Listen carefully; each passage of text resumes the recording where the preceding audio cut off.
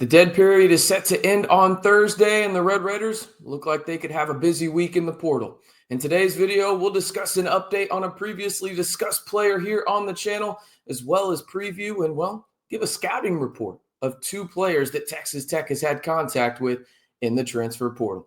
Hey, how's it going, everybody? It's RC Maxfield here for the Back to 12 podcast. I appreciate y'all tuning in to all these videos. Without further ado, let's just jump right into it. How about that? All right. I want to talk about Donovan Atwell. It's interesting because we talked about him here on the channel. If you want to go listen to his scouting report that I have here on the channel, it'll be down in the comments below. But he is a guy that went to UNC Greensboro, okay, and shot the lights out last year.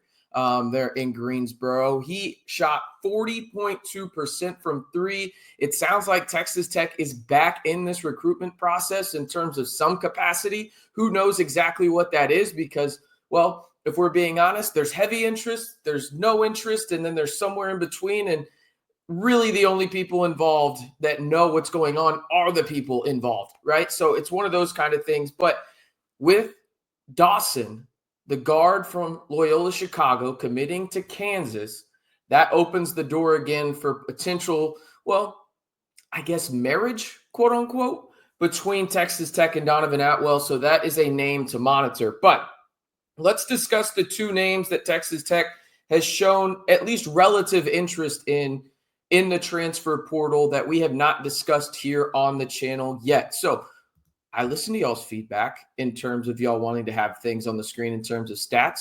Here you go.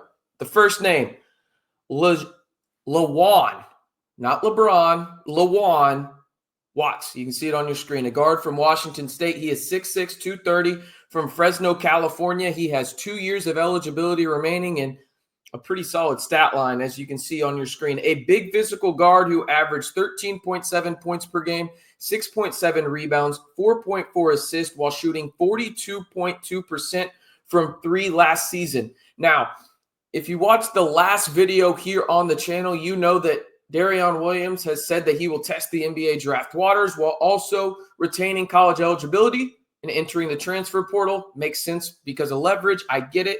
I don't like it either, but it is what it is. This is probably going to be the closest D5 replacement you can find in the portal this cycle. Okay, he has a very similar skill set to D5 in terms of he can play outside, he can play post-up basketball. He's a really good passer, a 25% assist rate. That being said, he does turn the ball over a little bit as well, 24% turnover rate, but he had a high usage rate, about 24% last year for the Cougars up in Pullman. Now, he's sneaky athletic with a quick first step off the bounce, although it's not a huge strength of his game in terms of going off the bounce, but it's in his repertoire and something that defenders probably looking at him think, okay, he's not going to be that good at it. Well, he's got a solid game when it comes to that. Now, I mentioned 42% from three. This is where he just pops off the page, in my opinion. Okay, 79th percentile catch and shoot guy. 78th percentile as a primary ball handler in the pick and roll. Okay, I told you he had that quick first step, right? And defenders don't see it that much. Well, that's where it shows. As for his post-up game, because if we're being honest, I think that's where D5 was just special, right? In terms of the tournament, where you just fed him the ball down on the block against Drake, or he just went to work against Arkansas, right? Even against Florida, he did so. But if you look at what Watts does in terms of the percentile and where he is nationally, he's 88th percentile nationally when it comes to post-up offense, okay? Routinely on film, he makes the correct decision when he's in the post-up, whether that is a pass, whether it goes strong to the rim, whether it's a little bit more finesse, whether it's take it back out and try and beat a guy off the dribble. Like, he makes the right decision routinely in that situation. Again, if you're looking for a D5 replacement, this is probably the guy, if we're being honest. How much interest does Texas Tech have in him? I don't know, outside of the fact I was told that they made contact. Making contact is really the smallest bar you can clear in terms of having interest. We'll see exactly how much interest Texas Tech has. That being said, Lewan Watts is going to have a ton of interest from high major teams across the country. Hopefully Texas Tech really ramps it up and goes after him because he's a guy, in my opinion, that, as I said, can shoot high percentages from the outside, He can play on or off the ball. He's effective in the post. He can guard multiple positions on the defensive side of the floor, 1 through 5, because he's big enough in terms of really just, again, 6'6", 233, but he's also agile enough to guard guards. This is a guy that I think Texas Tech should prioritize in the portal. They've at least made contact in some capacity with him. We'll see where that goes moving forward. All right, the next guy, and a guy that, if I'm being honest, I think I feel a lot better about in terms of Texas Tech potentially landing in the portal, more so than LeJuan Watts. You can see him on your screen right now, and that is Bryant, a senior guard from Santa Clara, played for the Broncos last year and averaged just over 10 points per game, 10.4 to be exact, 4.4 rebounds, 1.6 assists, and talk about a sniper.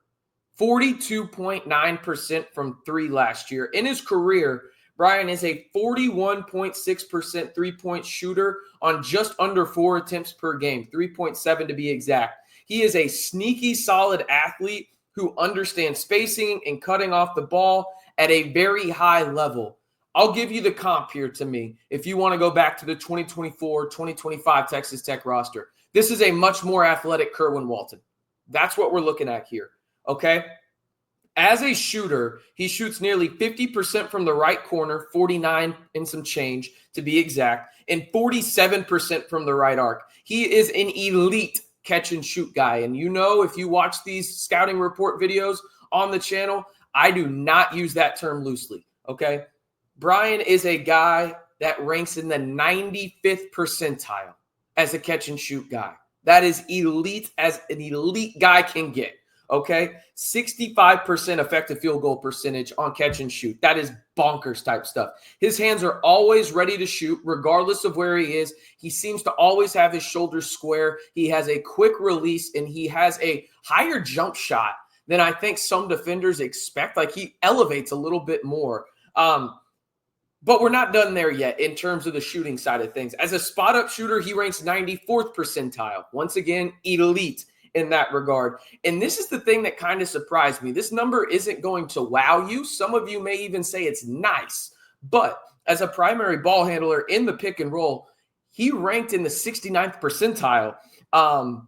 And it's interesting because he can pass, he can get downhill. He's a little bit more athletic than I think people realize, and he can finish strong with either hand. But that was the part of the game that really interests me from the standpoint of watching Tyreek Bryant's tape was, oh, he's actually pretty good as a primary ball handler in certain sets in the pick and roll.